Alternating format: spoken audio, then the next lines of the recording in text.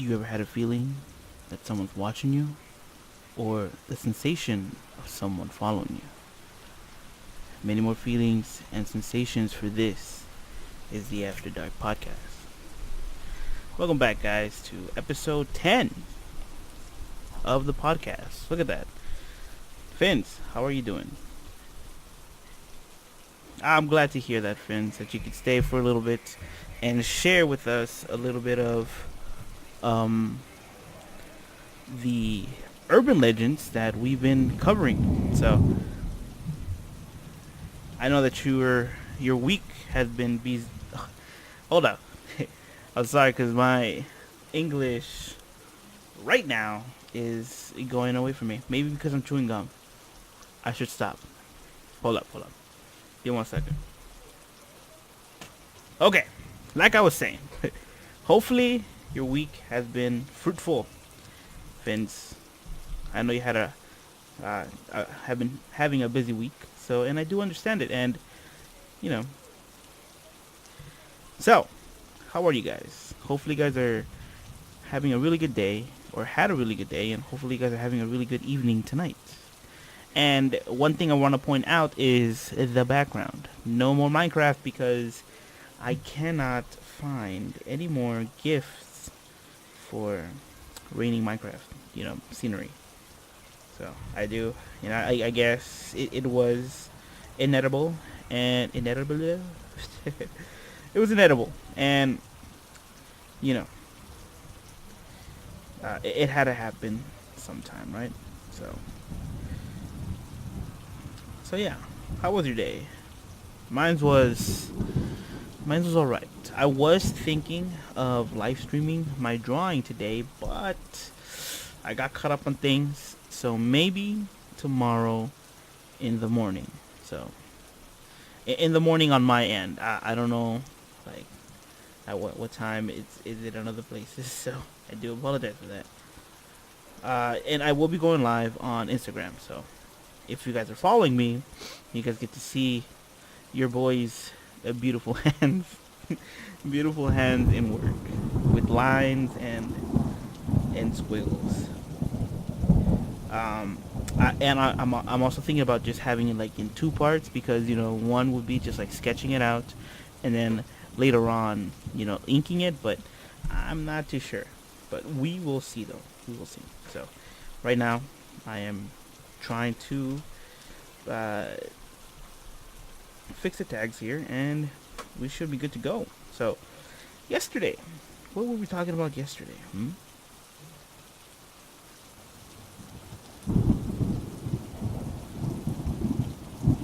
Yeah, I know. I did see the Skull Trooper, and I'm thinking of getting the girl Skull Trooper just because, you know, obvious. Damn it, right? I hope it is obvious because she's unique. Okay, Skull Trooper dude, you know, he looks cool, but I prefer the. I mean, okay, so it would have been good if the other girl on the Fortnite one, like, would have been on the, like, with the face paint and all, instead of this one. But say la vie. What can we do? And the podcast, Fins. The podcast, the live stream on Instagram. I am not too sure. I'll probably maybe start doing it at like around 10 or like 9:30. 10 a.m. over here in California time, maybe. So if you want to look out for that, that'll be cool. That'll be awesome. So just a couple more tags over here on ye old Twitter, and we shall get going. But yes, what were we talking about yesterday? We were talking about a lot of things. We were talking about if you guys do believe in Bigfoots, and how I told my mom one day that, like, what would she do if Bigfoot would have knocked on her door and would have said, "Hey, can I have a cup of sugar?" Like, would you guys like give him the pot the cup of sugar or not? Be like, beat it, Bigfoot. Me don't want you to get no sugar. But and then, what would be the consequence of you not giving the man sugar? So, anyways, all right, we're definitely gonna get started now. I was away from the live chat, so I do apologize. Okay.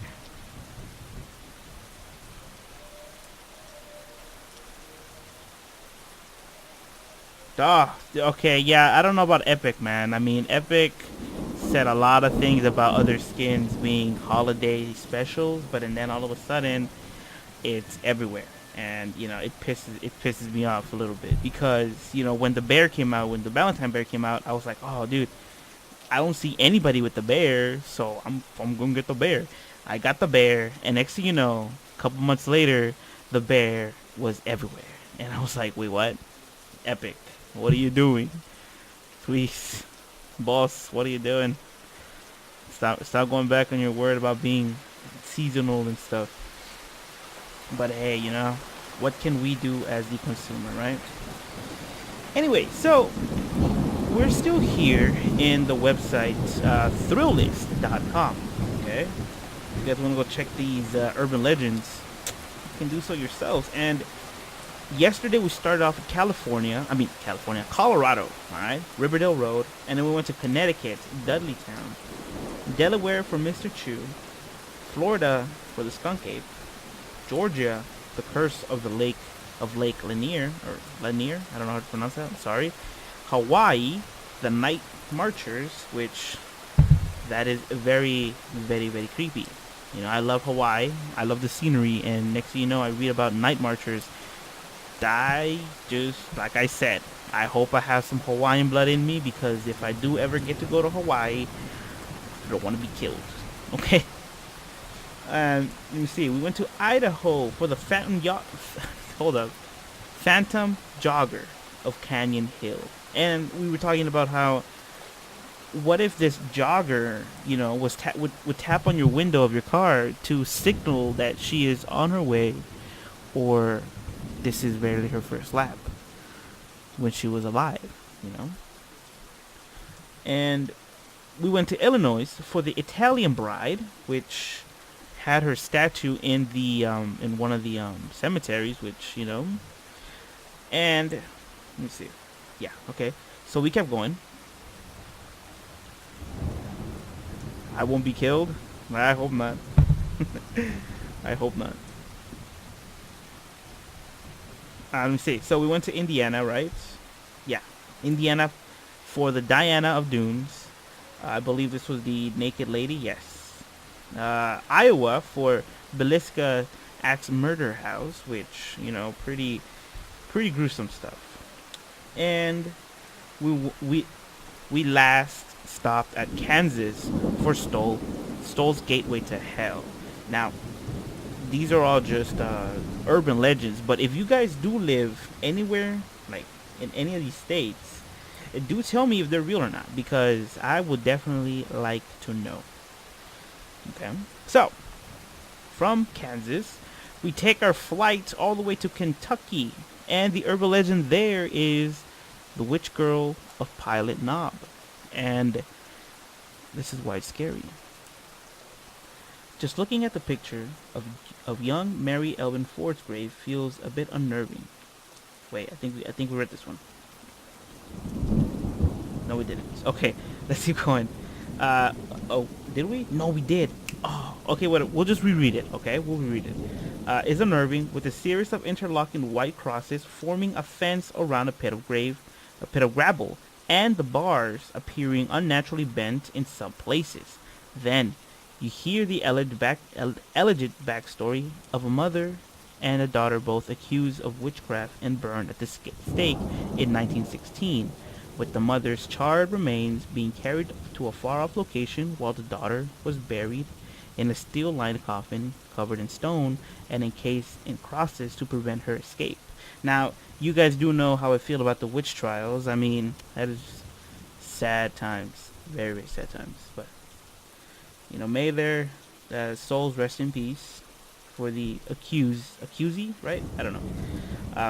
Some have claimed to witness tiny footprints appeared in the gravel, or even a young a young ghostly figure trying to escape the gravesite. Kid ghosts, as we know, are the creepiest ghosts. And I do believe in that because, you don't want to see no kid ghosts running around, especially when they laugh. Not cool. So, kid ghosts, please stop. And where it comes from. The story isn't true. Nobody actually got burned at the stake. They were killed. Oh, that's right. Yeah, the witch trials actually, if I am not mistaken, when the witch trials appeared, didn't they say that if the person accused as a witch, like they would like drown them, and if they would float, they're a witch or something along those lines? I'm not sure, but that's dumb because just like the clown from It, we all float. Yeah. Thank you, Vince, for that one. Yeah, so it's dumb because, like, really? So if they don't float, you're pretty much becoming a murderer, right? You're becoming someone much worse than the person that was accused as being a witch. And to me personally, that's why I don't like the witch trials.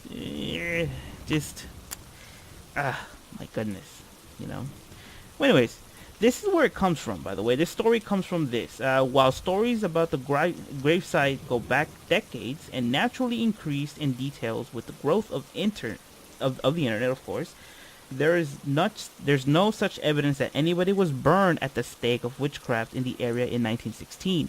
Even back then, that was generally big news. Mary Evelyn Ford really did die a tragic death, but the stated cause of death is peritonitis, all right, is an inflammation of the stomach lining. And it's amazing that a truly unnerving gravesite can do for the imagination. We still wouldn't want to go near it at night. Wow. Well, Evelyn Ford, Mary Evelyn Ford.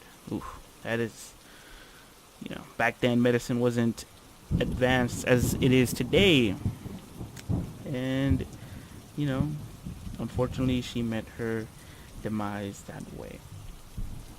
But yes, witch trials are bad. I just voice crack. Hold up. Let me take a sip of water and we'll continue.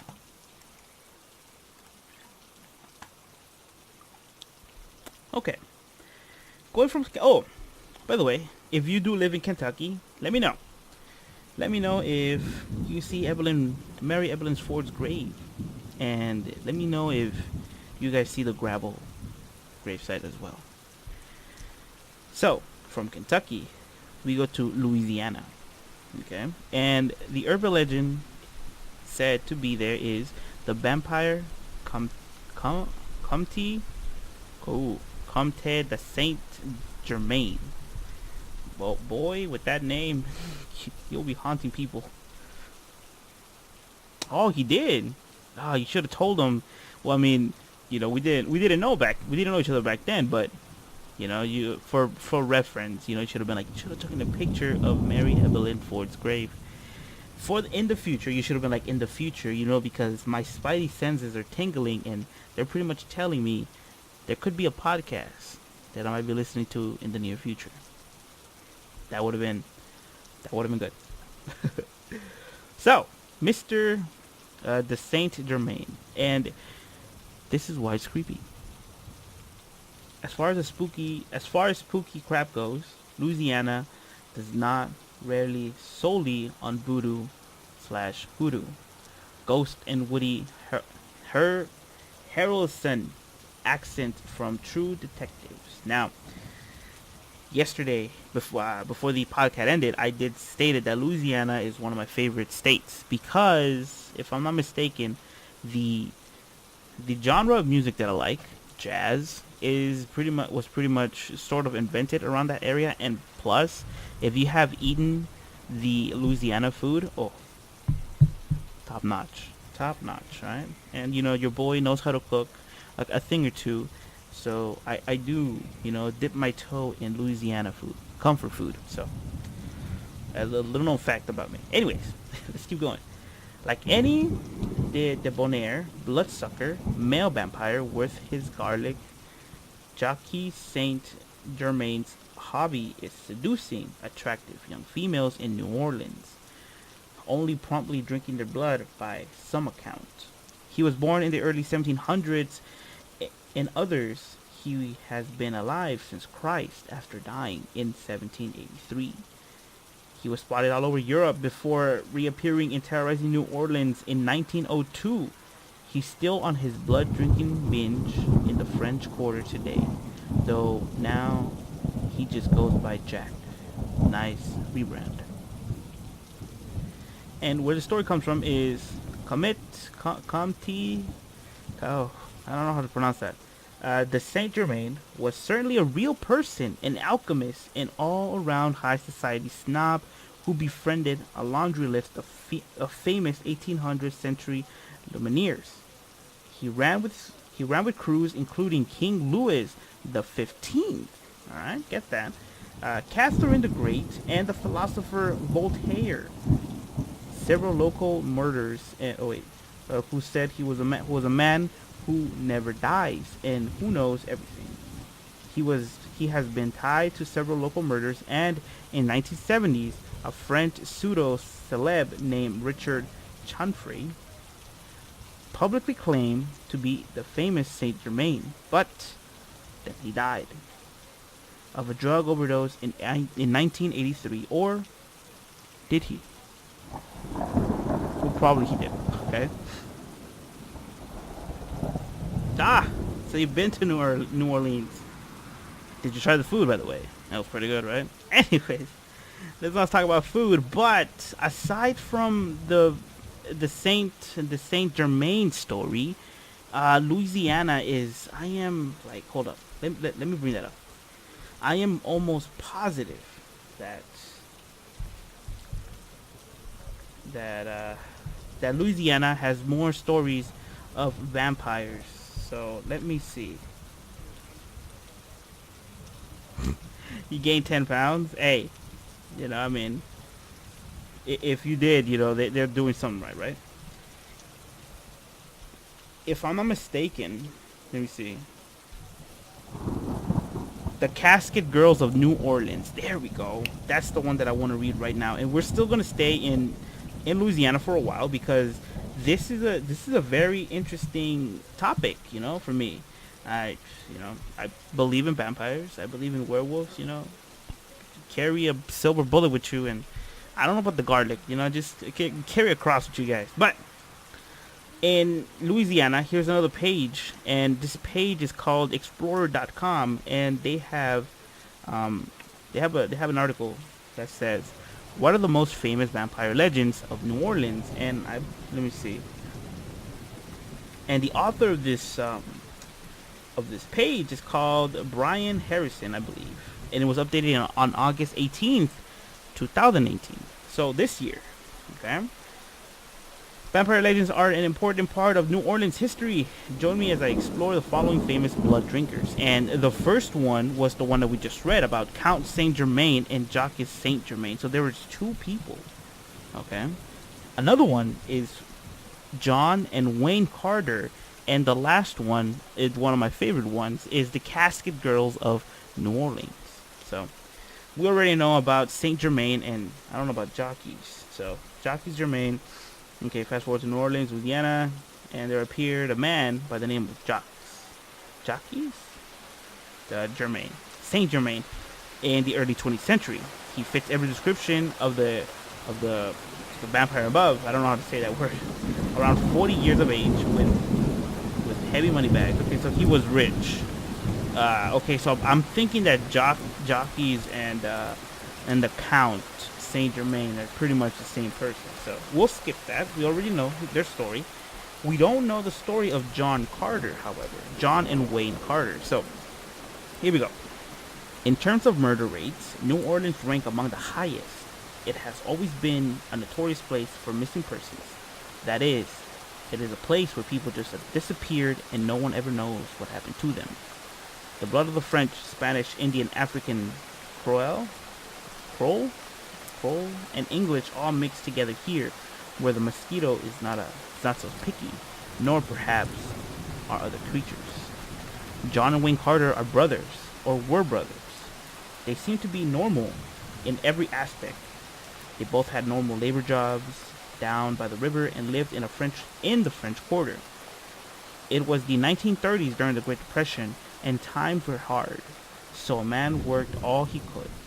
One day, a girl was reported to have escaped from the Carter brothers' apartment and run to the authorities with her wrists were wide open. They were cut, not enough to cause immediate death, but enough to cause her blood to drain slowly over the next several days.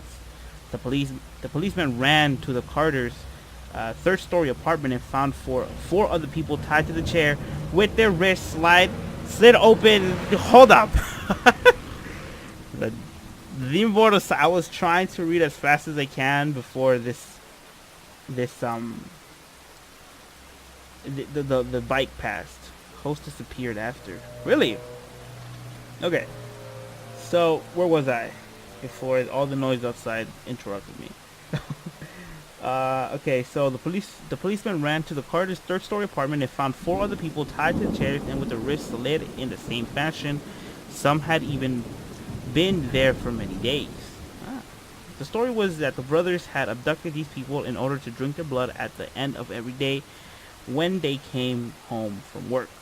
Police also found about 14 dead bodies. Wow. The cops waited for the brothers to return, and when they did, it took 7 or 8 of them to hold them down to two average-sized men. Huh. That is very interesting.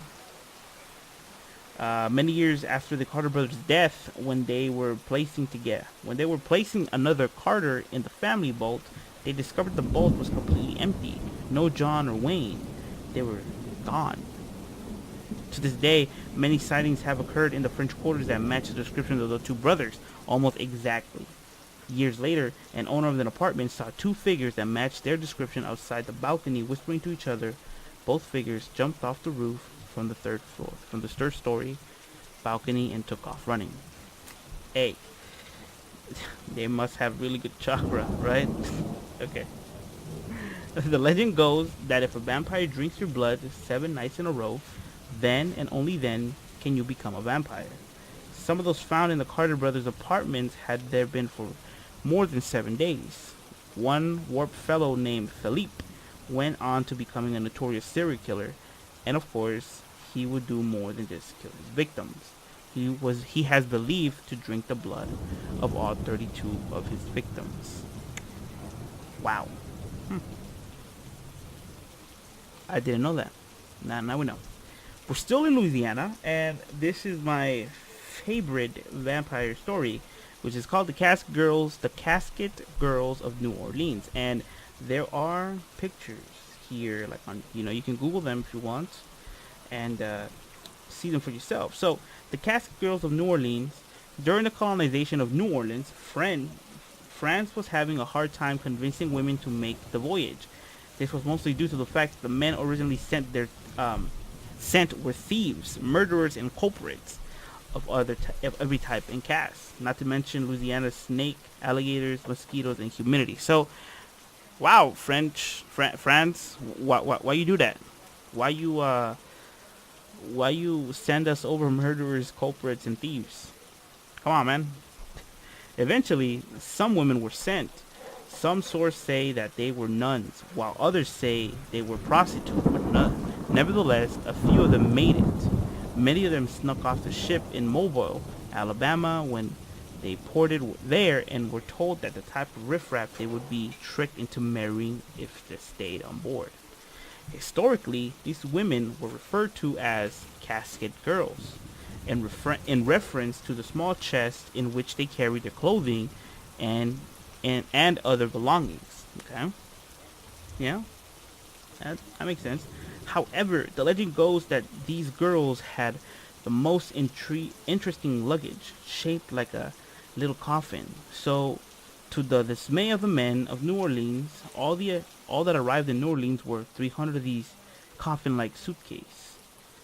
Some stories say they were empty.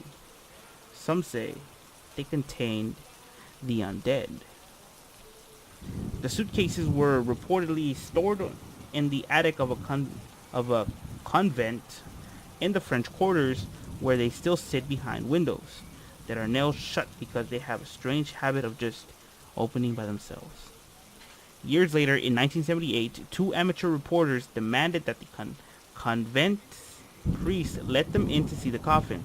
The priest, of course, denied their entrance. So one night, these two men climbed over the wall with their recording equipment and set up their workstation. The next morning, the reporter's equipment was found strewn about at on the outside of the street. Damn it! Why are you using these type of words in your article?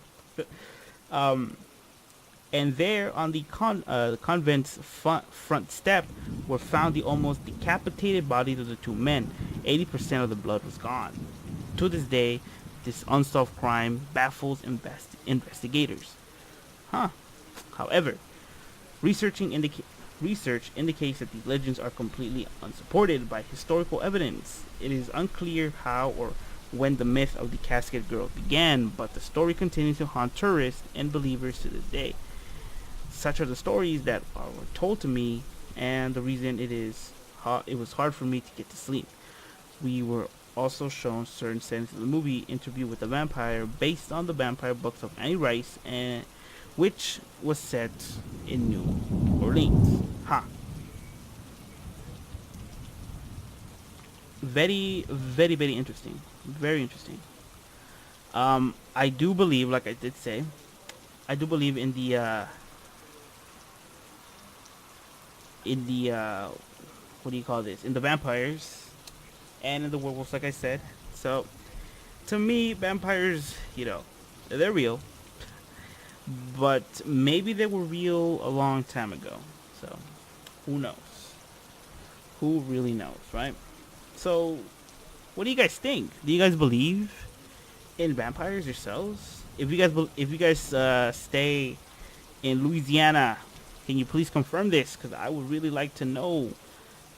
Comte de Saint Germain. I don't know how to say that name. What are the other ones? The Casket Girls, and the last one. What was his name? John and Wayne Carter. Please do tell me if you guys live in Louisiana or anywhere near these areas, and tell me, do you guys believe in the stories? Do you guys set up a crown of garlic just in case? I want to know. Please do tell me. So, from Louisiana, we go to Maine, okay? And this story is called Wood Island Light. Wood Island Light. It's urban legend, and this is why it's creepy. Instead of proving useful light to help ships navigate, the lighthouse on Wood Island reportedly provides a space for strange moans, unexplained shadows, and other indicators of paranormal activity commonly attributed to a murder-suicide that took place there decades ago. Okay, hold up. Okay, hold up. This is where it comes from, okay? Howard Hobbs, a local fisherman and drifter, really did murder his landlord, Fred Milliken, on the Wood Island in 1896. Hobbs had been drinking, and after shooting Milliken's, left the scene and turned his rifle onto himself. You can read about the events of that day in all their 19th century newspaper glory here, and they provided a nice little link. Okay. From ghost experts who weigh in on such things, Hobbs is generally considered the likeliest candidate to still be haunting the Louisiana house. Huh. Lighthouse. Okay. Okay, man. So, instead of providing a useful light to help ships navigate the lighthouse, okay, so it was what is it, murder homicide, right? Murder, yeah, okay. Why would you do that? First of all, why would you kill your landlord, man? I mean, you don't have money for the rent. You start questioning, what am I doing wrong? In his case, in Hobbs' case, stop drinking. It's simple. I bet you anything you want that rent back then was a lot cheaper than today. So, and second, it doesn't say anything about no light. Like, why is the light there? Huh? Let's go to the link provided to us, and the link is called hold up, woodislandlighthouse.org. Okay. Wow, this is a very long article. Damn. The story of the murders and suicide on Wood Island, according to Bideford Daily Journal in June 2nd, 1896. Shot another than himself, murder and suicide at Woodland Island yesterday. Repeating rifle, the weapon. Howard Hobbs killed Frederick W. Milliken. Bullet in his own brain. Liquor mainly responsible for the tragedy. Oh, yeah. Yeah, okay. Like, don't give a drunk man a gun. Even if he doesn't want to shoot anybody. Okay, yeah, like, what if he didn't want to shoot him? What if he just wanted to scare him to say that, hey, I'm not going to pay the rent tonight. But since he was drunk out of his mind, he couldn't control his actions and put the bullet in the gentleman Frederick W. Milliken's brains. And, he figured out what he did was wrong and took his own life. I'm not about to read this whole thing. But if you guys do want to read it, the website's called woodislandlighthouse.org. So you guys do that if you guys want. So from Maine, we go to Maryland, and I think I've seen this one before in a show, and the urban legend is called the Goat Man. Oh, by the way, if you live in Maine, tell me, does Wood Island have this strange light that I want to know about? Because reading these stories, I really don't know where the light comes from. I really don't. So, Maryland, the Goat Man, and this is why it's creepy. Maryland's infamous Goatman allegedly does all the things you would expect a endangered half-goat, half-man to do. Kill teenagers, eat dogs, scream like a goat, etc.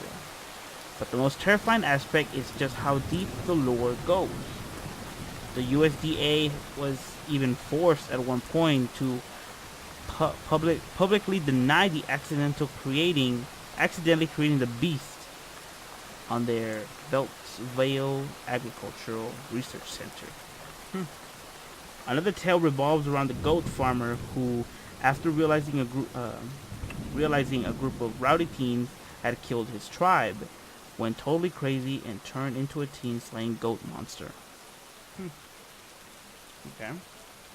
And where it comes from is, though the lore had been around for a while, the first recorded media mentions of the Goatman occurred in 1971, courtesy of writer Karen Holsler of the Prince George's County News. The first was a deep dive into Maryland's folklore, followed by an actual news item about a family blaming the brutal decapitation of their puppy on the Goatman. Why would you kill a puppy? Which they may or may not have just heard about via the county news. 1 month later, the Washington Post ran a national feature detailing the legend of the Goatman. Ultimately, the Goatman was becoming one of America's most persistent and well-known urban legends, with claimed sightings still occurring with regular and cheesy fictionalized still creeping out the old line state.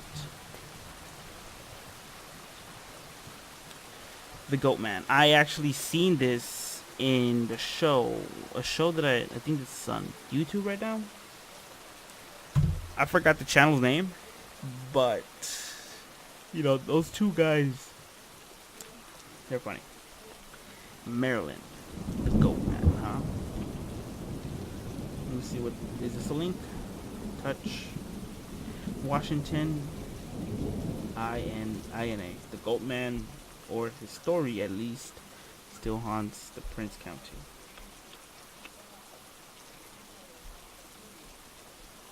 Mm-hmm. So it's hunting Goldman in 1980. Why would you do that? Why would you try to hunt the bean? You know what I'm saying? Like, why would you do that? So we don't really know if this is true or not. We just assume it is because of reasons. So let me tell you something. If your friend all of a sudden comes to you saying that the tooth fairy is real because he heard it from a friend who heard it from a friend who heard it from a friend who heard it from a friend's cousin that she saw the tooth fairy, which her cousin was around like 5 years old. All right, let's just put it that way, 5 or 4 years old. For all we know, it could have been her mother, dressing up as a fairy, leaving her the dollar for her tooth.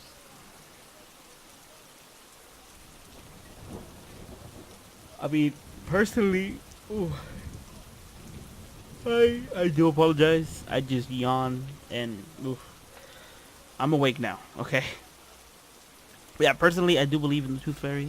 Okay, I do. My I gotta go to the dentist. Anyway, but yes, would you believe it? Would you believe the story if you just heard it and not seen it for yourself? And like I said, are you those type of people that want evidence to anything that you heard? Like, for example, let's say your friend said, "Oh, I was eating a bag of hot Cheetos the other day, and when I pulled this massive one out, it was like around like 13 inches long." You would say, "Okay, where is it at?" And he said, "Oh, I ate it." Would you believe him? Would you believe his story, or would you just call his bluff and say you're lying? Hmm. So, Maryland, please tell me, have you guys seen the Goat Man in where's this located at? Different aspect. The USDA. I don't know where it is. Hold on, let's go back to the website. But yes, Maryland, tell me if your goat man is real or not. I really do want to know. If you guys live right next to that bridge, because I do believe it's like a bridge. Tell me, is real, or is just a fake? From Maryland, we take our all expense ticket and we fly to Massachusetts. And the urban legend there is the curse of Giles Corey. Giles Corey? Giles Corey, okay. And this is why it's creepy. The Salem Witch Trials. There it is again. We touched the damn subject again. Damn it. The Salem Witch Trials were creepy enough to begin with. Go read the Crucible again if you don't believe it. The story of Giles Corey, who was slowly pressed to death under a series of progressively heavier rocks in an effort to extract a confession, is particularly unsettling. Where it comes from? The legend is the legend has it he uttered a curse against Salem right before his dying breath. You could understand why he had some ill will. I mean, of course. I mean, if I would have gone to Salem at the time and then they said, "Hey, this guy looks a little too hip to be, walking around. We're looking all depressed with our getup, and he has some really nice Gucci jeans." Let's hang him, or let's do things we do. I would be pissed too. I mean, come on. First of all, people, before we continue with the story, don't judge a book by its cover. Don't judge it. Okay. I'm trying. Okay, like kids nowadays, don't judge an app by the way it looks. Huh? I converted that into today's youth. I'm still young, okay? I'm not that old, like I said, but hey, if you go up to somebody and say, "Do you read books?" They'll look at you and be like, "Wait, what? Is that an app?" God, I swear. Okay? So don't judge a book by its cover. Don't judge an app by the way it looks. Get to know it better, you know? Because you don't wanna be like the Salem witch trials where I'm pretty sure I am pretty sure they killed some innocent women and men. Who knows? And like for example, um, Giles Corey here. So let's continue. Where it comes from, legend has it he uttered a curse against Salem right before his dying breath. For generations, his apparition has allegedly appeared in the cemetery before something terrible is about to happen, including a 1914 fire that burned down a sizable portion of the city. There has also been a series of tragedies that have hit the Salem Sheriff's Office, starting with the 1696 heart attack that killed George Corwin 4 years after he presided over the trials. Like I said, don't judge a book by its cover. Come on. They say a curse with enough hatred can come true. And I'm not talking about like, oh, you hit my shin and you're not gonna say sorry. I'm gonna curse you, or like, hey, you hit me with the ball. I'm gonna curse you now because you didn't say sorry. Because what if he said sorry, but like, you were too busy groaning, like, oh, the pain, the agony, and he said, oh man, sorry, but you're still agonizing there. Come on, pay attention. Anyways, yeah, don't judge anybody, man. Don't judge. It's like the saying goes, uh, treat me like you would treat yourself or something like that. I don't know. I don't know how it goes, but it goes somewhere along those lines. Massachusetts. Tell me, have you seen the ghost of Guile Corey? If so, how does he look like? Is he doing alright?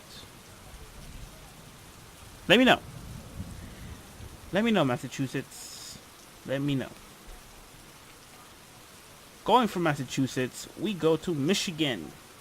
And we still need have a couple more other states to go. So Michigan brings us the urban legend of Hell's Bridge. And this is why it's creepy. The Nain Rogue and Dogmen.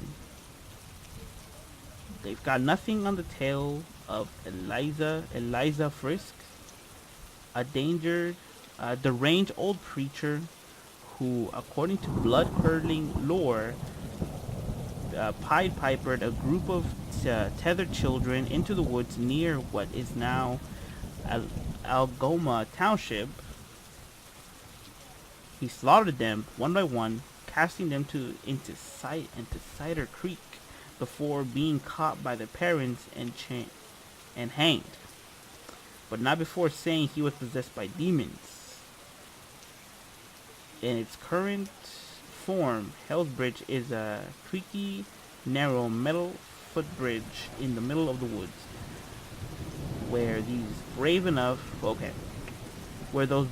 to cross at night claim to hear the voices and screaming of children, and are sometimes greeted by the black figure with glowing eyes as they traverse it. Where it comes from?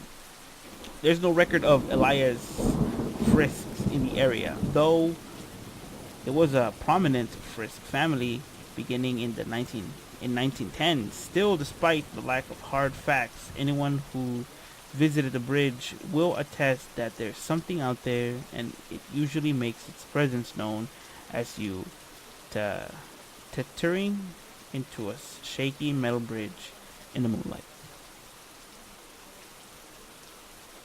Hell's Bridge, huh? A tale of Eliza Frisks, huh? 1910. Wow. I mean, don't they all say that when all of a sudden they do a bad thing, and next thing you know, they can't blame anybody but the superstitious. Oh, I was possessed by a demon, or I was hearing voices.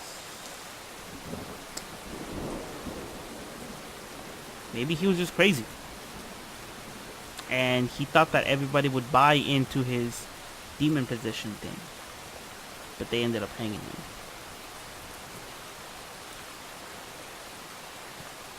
Wow. Why kids?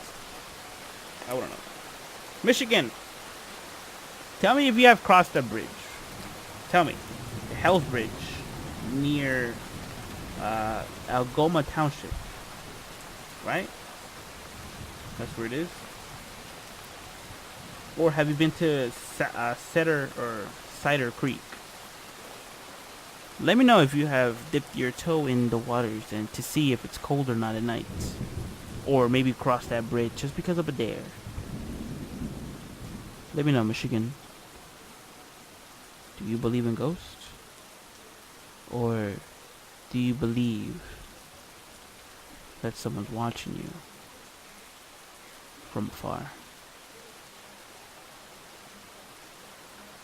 From Michigan, we go straight to the little town known as, the little state known as Minnesota. Get it? Because it's mini, and so. Anyways, this urban legend is called the Hairy Man of Vergas Trail.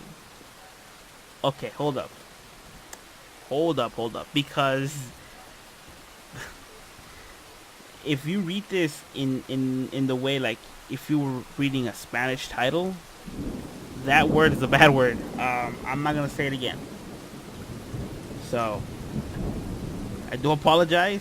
I just realized the word, and I do apologize. So Minnesota, why would you call your street or your trail that name? Damn it. The urban legend of the Hairy Man of blank trail. Let's just put it that way. Okay, and it goes like, why is it creepy? I'll tell you why. What's not to be creeped out about? An 8-foot musty smell, barefoot man with a reputation of being unnaturally aggressive as hell, of a thing to consider encountering in the woods. Some reported sightings were just that. Sightings, however, reports like Ken This Zoe made. Where am I? Made the hairy man more than the apparition, but something to fear. Zitzo returned from driving in the woods with dents all over his car's hood and said that the hairy man jumped in the road and began pounding the hood. Where it comes from? Nobody knows, really. Sightings trace back to the 60s, had a significant increase in the 70s, and still happen from time to time. Some say it's a legend. Some say it's a legend. Some say there was an old hermit living in the woods who wasn't too keen on your rascally kids wandering his land. Others say the hairy man is real and point to a mysterious skull discovered in I was gonna say it again, in the trail area that is human-like, but not humanoid. It was discovered by a private citizen who didn't turn it over, so no one knows if it's human, Bigfoot, animal, or hoax. Minnesota, with their names of the trails. Again with the Bigfoot, by the way. Let's see. Call me crazy, call me skeptical, call me maybe. I was trying to sing that dumb song. Anyways, call me whatever you like. Bigfoot is everywhere, and it is known by different names. Bigfoot is everywhere, and he has, or she has, different names. And on Minnesota, on Vergas Trail, that was the last time I'm saying it. His name goes by, or he goes by the name of Hairy Man. Wow. Bigfoot is everywhere. Minnesota, please do tell me if you smell an 8-foot musty barefoot man. And is he aggressive, or does he just want a cup of sugar? Let me know, Minnesota, if you do live by Vargas Trail. Last time, I swear. And this article was brought to us by Dustin Nelson. Thank you, Dustin. Really do appreciate it. From the little sodas known as mini sodas. Huh? I'll stop.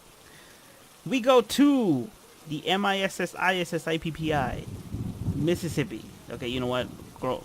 When I was in elementary school, like, that was the best thing you could do. That's the best thing you could have, you know, spelled out. Mississippi. All right, and the urban legend of Mississippi is the three-legged lady of Nash Road. And this is why it's creepy. Whenever a strange person starts chasing your car as you drive down a dark, unfamiliar road, it's unsettling. When she begins to bang on your hood, it's even worse. But when she has three legs, and one seems to be a rotten limb she's sewed on her body, that's just the worst. That's what generations of Mississippians have said about the stretch of Nash Road near Columbus, where the lady does her thing. Where it comes from? From Robert Johnson selling his soul to the Yazoo witch. Many ghost stories in Mississippi persist, but the three-legged woman gets points for changing to suit what scares you. Some say the extra leg was removed from a dead lover and attached to her body. Some believe she's the ghost of a mother who got lost searching for her dismembered daughter. After all she could find was a severed leg. Some say she wants to race you across a nearby bridge. Either way, turn off your headlights on a stretch of road. And don't be surprised if you're forced to confront the specter yourself. First of all, if she just wants to race, we would have been like, in like Fast and the Furious 2, I'll bring my Evo, and she could roll with whatever she wants. Probably a muscle car, she probably seen the movie and says, "Oh, Vin Diesel's so cool. I want his car." And I'll be like, "Fine, I'll get the Evo, no problem. We'll race." Okay, I couldn't keep it in. Damn it! Oh, okay. She just wants to race. Come on, man. Really? Amazing. Nash Road, huh? I have seen a video. Okay, I'm not too sure if this is from Nash Road, but I seen a video about a woman with really dark long hair chasing the car that is filming her. Was that her? I don't know. But Mississippians, tell me, if you live by Nash Road, have you heard her Camaro, revving up, room, while you're driving in your 240ZX? Has she flickered her lights, signaling to you that she wants to race you down the road? Tell me, I want to know if you guys do believe in this story or have heard anything like it. From Mississippi, we race towards Missouri. I was going to call it Missouri. Missouri. Okay? And this urban legend is called the Zombie Road. And this is why it's creepy. The dark canopied trail running through Wildwood, Missouri, just outside St. Louis, has been a hotbed of creepy tales for all ages, often revolving around shadowy human figures following and frightening those along the trail.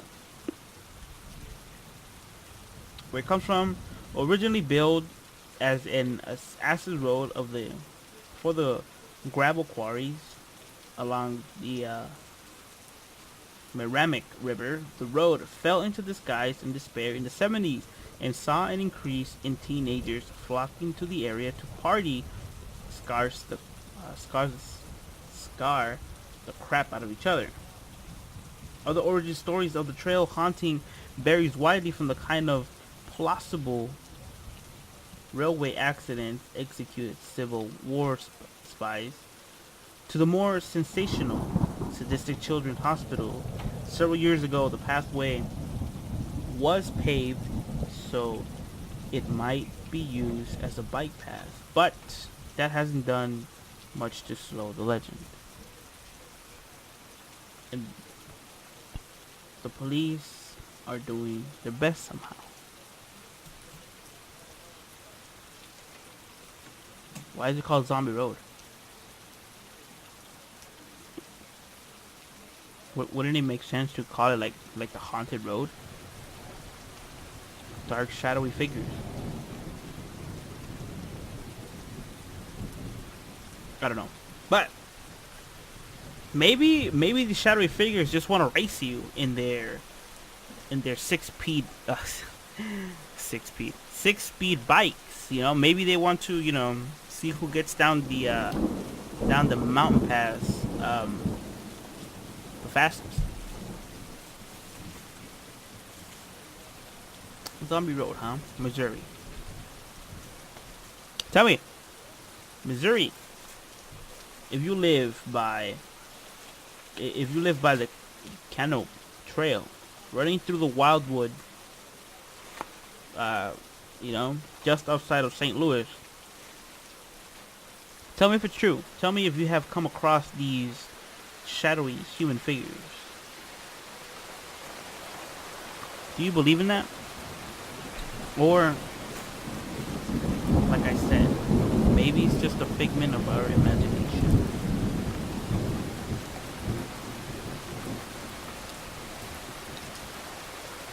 From Missouri,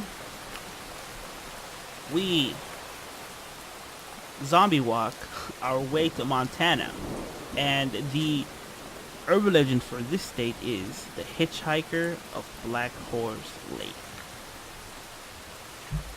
And this is why it's creepy. Usually when you see a hitchhiker on a particular desolated stretch of highway, which Highway 87 certainly can be, it gives you the willies. In this particular stretch near Great Falls, it's compounded by the fact that the namesake lake is seasonal and dry most of the season. Regardless, the end result of the body of a Native American man clad in jeans with jet black hair slamming into your windshield just as you're driving is sheer terror. Legend has it those who encountered the hitchhiker suddenly found his body bouncing off the front of their car. By which then they stopped to help. There's nothing there and no damage to the windshield. The hitchhiker meanwhile repeats the cycle endlessly, trapped in his own personal hell as he repeats his moment of death, whichever driver happens to be cruising down the road at the wrong time. Where it comes from? The folklorists have traced the whole vanishing hitchhiker phenomenon back to the 19th century. Though given the presence of denim reported by most who encountered the hitchhiker, were going to guess he met his demise in the 60s. If he was the real, legends of wandering spirits of Native Americans are pretty prevalent in this part of the country too, so chances are the hitchhiker lore and native stuff just made made it logically. Now, if it was in the '60s, we all know what happened in the '60s here in the States. Everybody was happy, you know. Everybody was singing that song. Do you believe in magic? Mm-hmm. And just passing around the blunt or whatever drugs they did back then in the '60s. So maybe this Native American, maybe he was coming home from a party, and whoever ran him over wasn't too fond of people in the '60s, hippies, or in his case, Native Americans. Took his life by running him over. Or maybe it was an accident. Being in the '60s, back then, instead of cell phones, there were drugs, and if you were under the influence while driving, maybe it could have been an accident that this poor hitchhiker dude all of a sudden died. But this goes back to my point. Please, people, people, you beautiful, beautiful people, don't use your phones and drive. Please, leave your phone aside. If you're listening to my podcast right now in your car, please, I do beg that it is parked, or you're listening, to my beautiful voice through speaker, because, oh my God, how many times have I told you that I don't want to get run over? I don't want to become one of these urban legends, and trust me, if I become one of these urban legends, oh my goodness, I'm coming after y'all, every single one of them. Smack that phone out of your hands like, and disappear into the night. Don't do that. Don't text and drive. Don't drink and drive. Don't do drugs and drive. Don't smoke and drive. Just drive the car. Pay attention to the road. Plug in your phone through the aux cord in your car and listen to my podcast with the speakers, but just don't touch it. It's bad. Bad driver. Don't make me get mad. From Montana, we hitch a ride, and we are left off in Nebraska. And this urban legend is called the Seven Sisters Road. And this is why it's creepy. There's no shortage of creepy road where creepy things happen, stories, but Nebraska's Seven Sisters Road is particularly unsettling, with the legends telling of a young man who, following a dispute with his family, led each of his sisters out to 7 different hills and hung them in 7 different trees. Where it comes from, the precise origins of the legends are unclear. Sometimes it's the father rather than the brother, depending on who is telling the story, but goes back long enough and is ingrained well enough in the local culture that is taken into account when making highway construction plans. By the way, let's go back to Montana and tell me, guys, Montana, if you are ever in the Highway 87, do you see a person in your windshield right now? Do you accidentally hit what you think it's an animal, but when you get out, your car is fine? Or would you ever pick him up? Tell me, Montana. Drive by Highway 87 and tell me if it's true or not, because I would like to know. Now, going back to Nebraska, the Seven Sisters Road, huh? Even if the story changes from the brother to the dad, it's still the same thing. 7 sisters died hunged, which is very bad. Very, very bad, because, come on. Why would you kill your sisters? Or why would you kill your daughters? Like, yeah, you're mad, but why?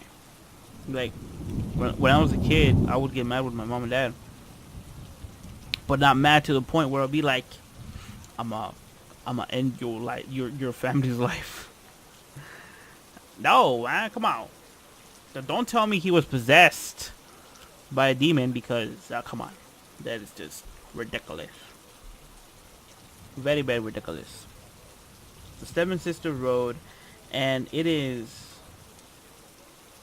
taken into account when making highway construction plans, huh? Well, I mean, at the very least, you know, the highway's getting reconstructed. That way, the ghosts have some pretty nice views.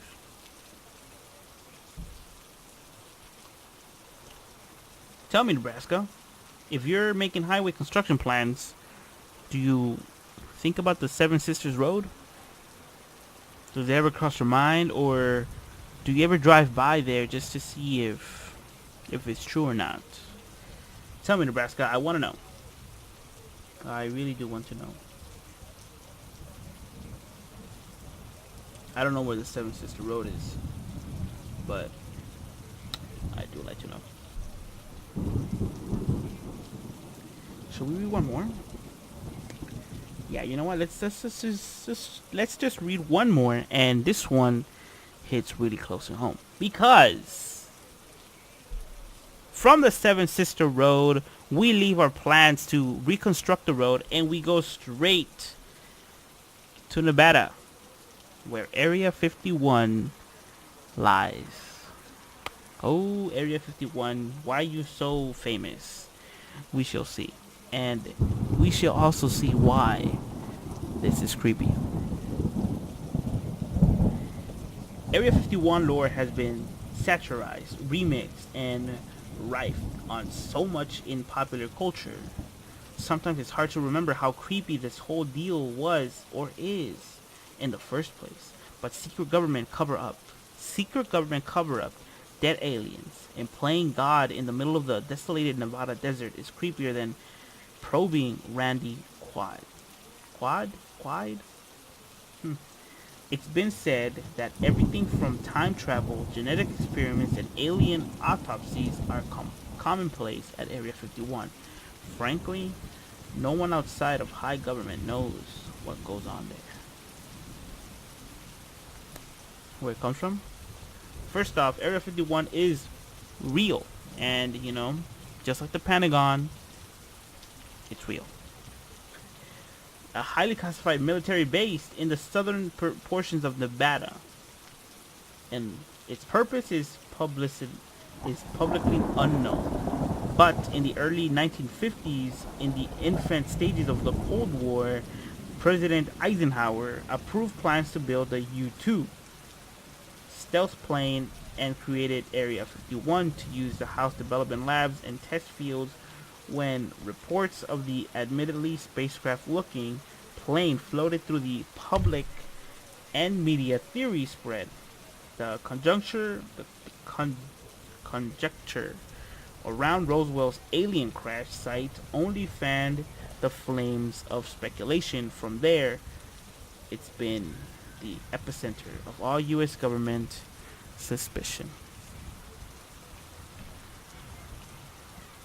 Okay, so first of all, in my opinion, I think the government would make a lot of bank if they would give tourists,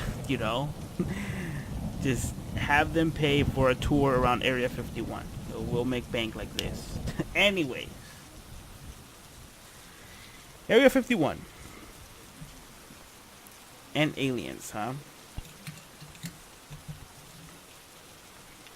What do you guys think of aliens? Just like the quote that I read, I believe a day ago or two.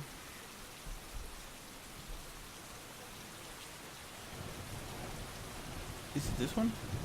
No, it's Hamilton Beach. Okay, no. Yeah. So like the quote that said, whether you believe that we're alone or there's somebody out there, both realities are terrifying, or something along those lines. I believe in aliens because it would be selfish to think that we are the only living things. You know. Now, if you're religious, you would say God or wait, God, right? It was God.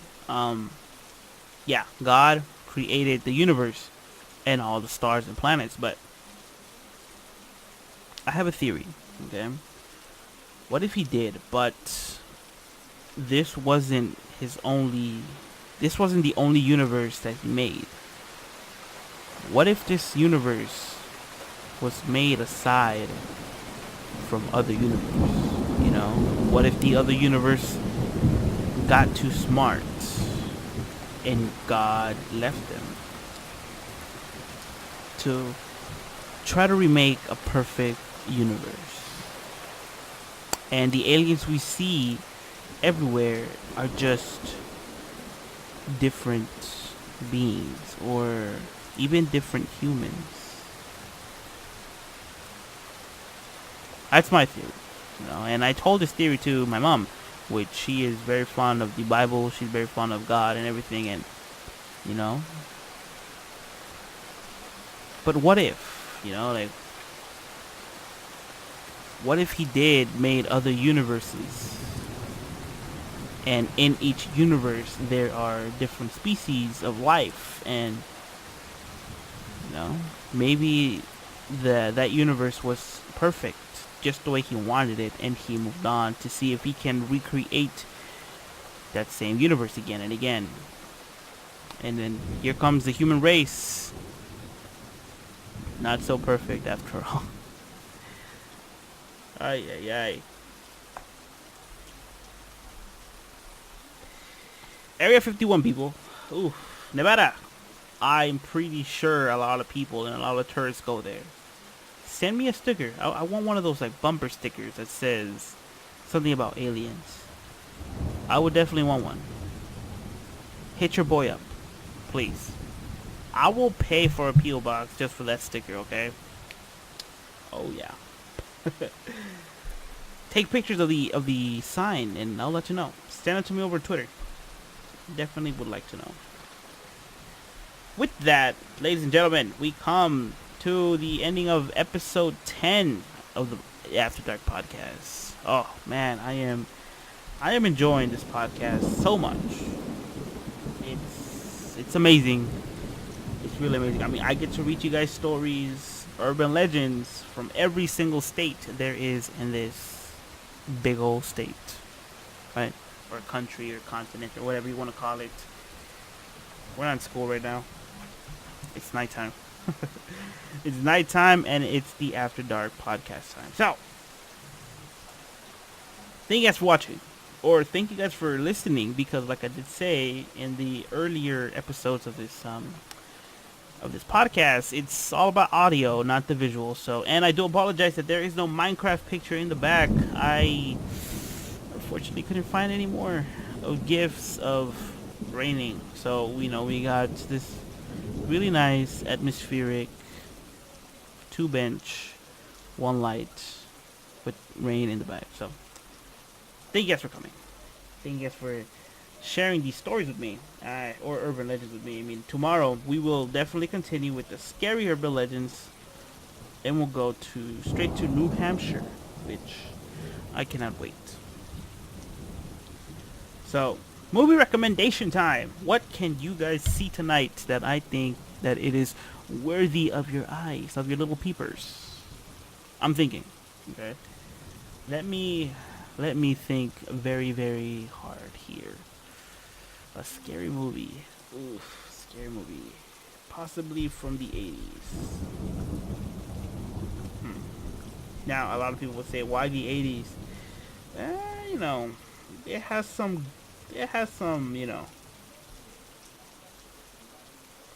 some, I don't know. The 80s are so amazing. That's fine. The 80s were an amazing time. Unfortunately, I wasn't born to experience them, but I am alive to think about them. Ah, perfect. Perfect. Let me see about this. Hold up. Is it this one? Yeah. Okay, this is the original one. So the movie recommendation for tonight is called The Thing, 1982. The 1982 movie. I believe it had a prequel. I forgot what year it came in. But the 1982 movie has, my opinion, the best. Okay. So the 1982 original movie had the best, the best graphics, and they're not graphics, but the effects are amazing. You have all these things that only the 80s could bring. So let me read a little bit about it. So The Thing, a 1982 film directed by John Carpenter, produced by David Foster and Lawrence Turman. Okay. And so forth and so forth. Screenplay by Bill Lancaster, and it's based on Who Goes There by John W. Campbell. It's a book. If you guys want to read that, tell me how it is.